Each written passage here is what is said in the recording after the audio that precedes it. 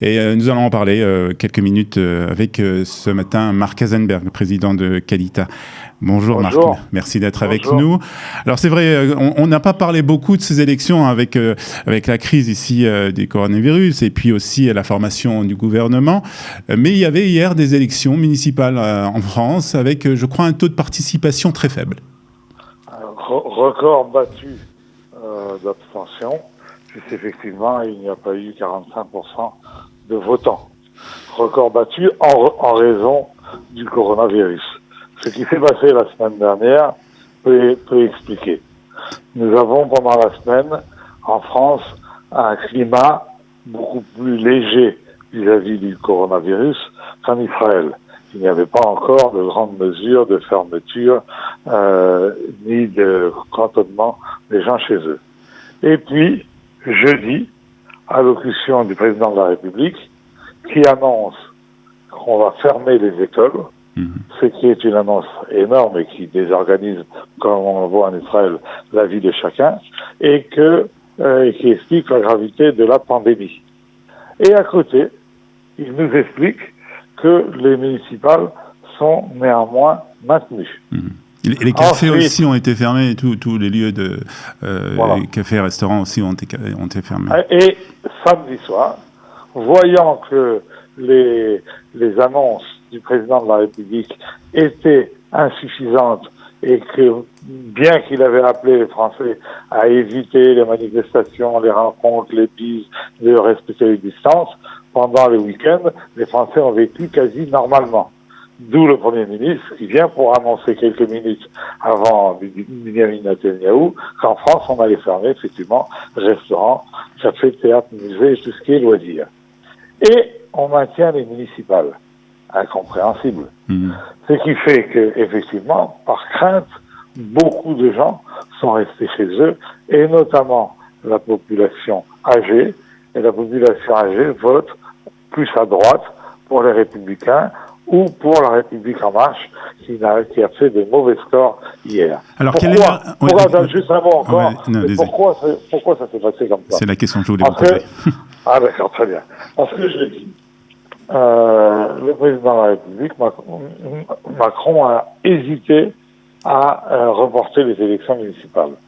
Il a parlé avec un certain nombre de responsables politiques, et ces responsables politiques, Larcher, qui est le président du Sénat, le troisième personnage de l'État, François Baroin, des gens à gauche, au Parti Socialiste, Mélenchon, lui ont dit « on ne doit pas remettre les élections ».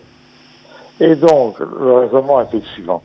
S'il avait annoncé jeudi qu'on reportait les élections, toutes les autres annonces faites pour la santé, et qui sont tellement importantes pour sauver des vies, auraient été éclipsées par une annonce qui aurait été prise comme un stratagème et une combination politique.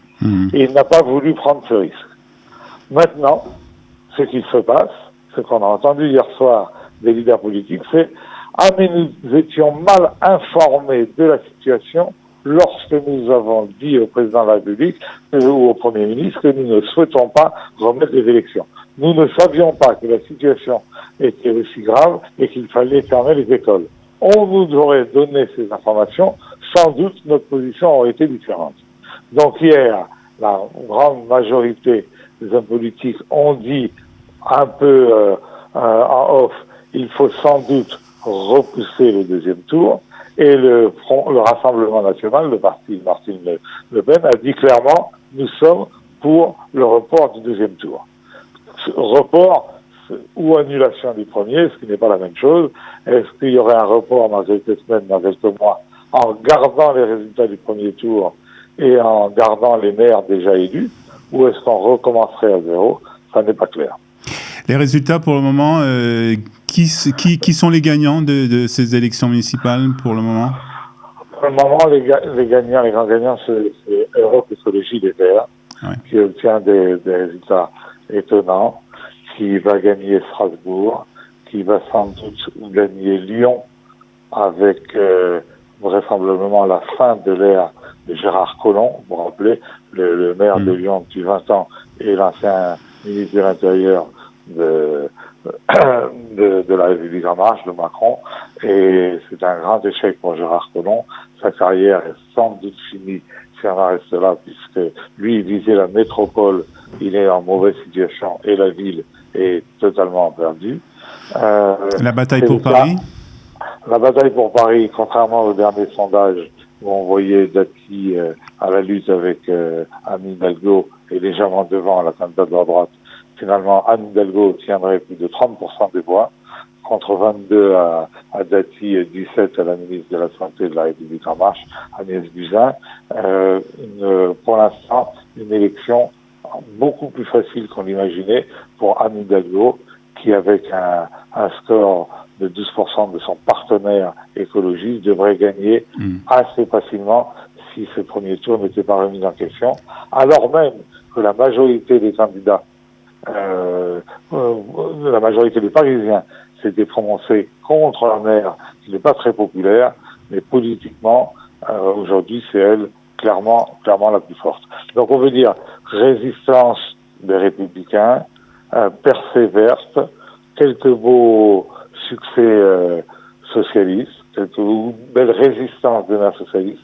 À Marseille, également une grande surprise, puisque la ville de Gaudin, la candidate Martine Vassal est dévancée par une candidate, Ruby Laura, qui est une candidate écologiste, qui est sortie d'Europe Écologie et Vert pour se mettre dans un pôle Parti Socialiste, Parti Communiste.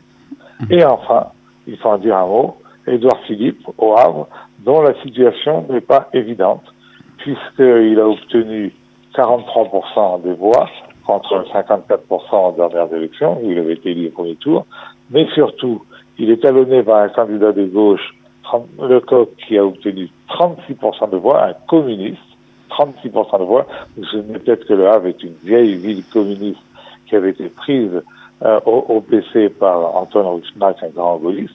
Et les autres listes, et ça c'est une mauvaise nouvelle pour le Premier ministre, ne peuvent pas se maintenir, n'ont pas obtenu 10% des voix. Et donc, par exemple, les écologistes n'ayant pas obtenu 10% des voix pourraient se reporter sur le Lecoq. Donc, même le Havre, le Premier ministre pourrait avoir des difficultés pour gagner.